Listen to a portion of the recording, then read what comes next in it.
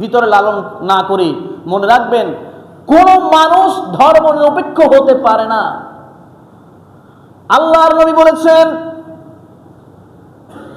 মক্কার কাফেরগুলি আল্লাহ রাসূলকে বললেন, ও মুহাম্মদ সাল্লাল্লাহু আলাইহি ওয়াসাল্লাম, 1 বছর 6 মাস তুমি আমাদের এই যে মূর্তি, এই যে খোদাগুলির ইবাদত করো, আর 6 মাস তোমার আল্লাহর ইবাদত আমরা করব।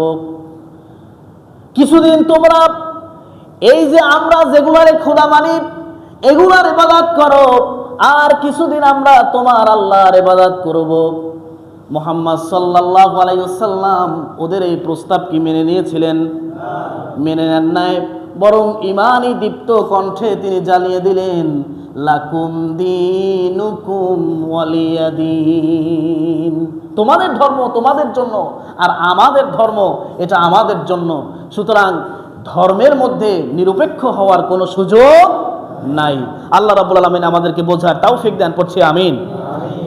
দ্বিতীয় 2 নম্বরে যেই ধারাটি ছিল তা হচ্ছে, চুক্তিতে থাকা কোনো গোষ্ঠীর উপর যদি বাইরে থেকে কোনো আক্রমণ হয়, তাহলে সবাই মিলে সেই শত্রুর বিরুদ্ধে মোকাবেলা করতে হবে, সবাই একজোট হয়ে শত্রু পক্ষকে রুখে দিতে হবে।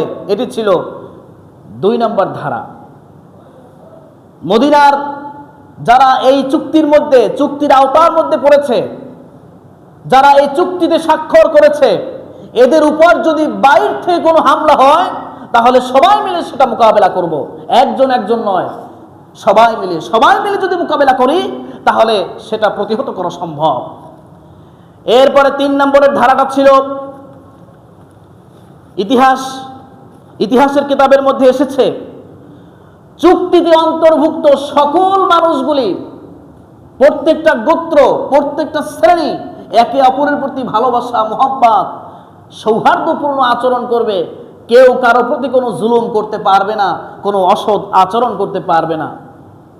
এরপরে ছিল, চুক্তির যে কোনো পক্ষের লোক যদি অন্যায় করে, কোনো অপরাধ করে, সেই অপরাধের শাস্তির জন্য যিনি অপরাধ করেছে সেই শাস্তি তাকেই দেওয়া হবে,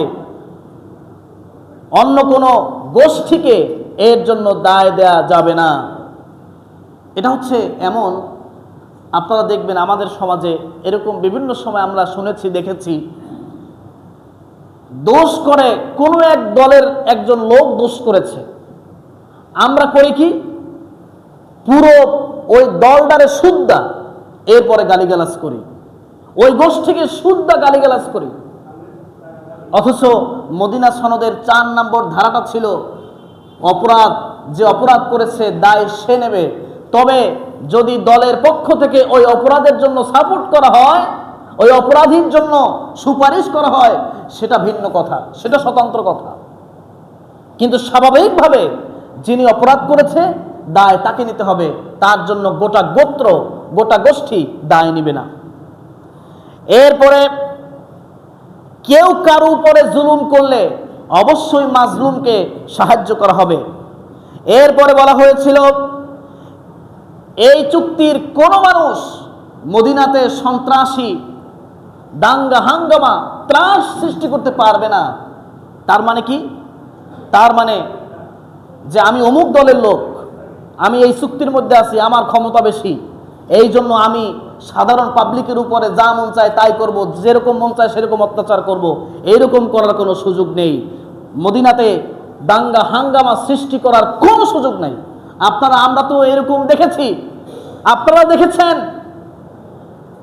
বিভিন্ন সময় পাওয়ারে আসলে, ক্ষমতায় আসলে এরপরে সাধারণ মানুষের উপরে নির্যাতন করে, এরকম ঘটনা আপনারা জানেন কিনা?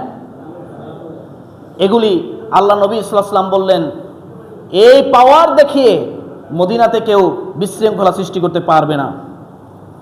এরপরে কুরাইশ ও তাদের সহায়তাকারীদের কোনো আশ্রয় দেওয়া চলবে না। এরপরে ধারা ছিল ইয়াসরিবের উপর। খেয়াল করুন, মদিনার উপরে কেউ যদি আক্রমণ করে তাহলে সম্মিলিতভাবে সেই আক্রমণকে রুখে দিতে হবে, সম্মিলিতভাবে প্রচেষ্টা চালিয়ে এরপরে তাদের বিরুদ্ধে মোকাবেলা করতে হবে। নবীজি বোঝালেন মদিনার ভূখণ্ডের প্রশ্নে সবাই এক। তুমি হতে পারো ইহুদি ধর্ম, তুমি হতে পারো খ্রিস্টান ধর্ম, তুমি হতে পারো মুশরিক, তুমি মুহাজির, তুমি আনসার। যখন জালেমের প্রশ্ন আসবে তখন এই প্রশ্নে আর কোনো দ্বিমত করা চলবে না, সকলে মিলেই জালেমকে রুখে দিতে হবে। কারণ জালেম যদি একবার ঢুকে যায় তাহলে কিন্তু প্রত্যেকটা মানুষই অনিরাপদ, প্রত্যেকটা মানুষকেই বিপদের মধ্যে পড়তে হবে। সুতরাং সাধারণ মানুষ সবাই একাকার হয়ে জালেমের বিরুদ্ধে মোকাবেলা করতে হবে। নবী করিম সাল্লাল্লাহু আলাইহি ওয়াসাল্লাম এই ধারাটি উল্লেখ করলেন। আপনারা কি আমার কথা বুঝতেছেন? খুব মনোযোগ দিয়ে খেয়াল করে শুনবেন। এরপরে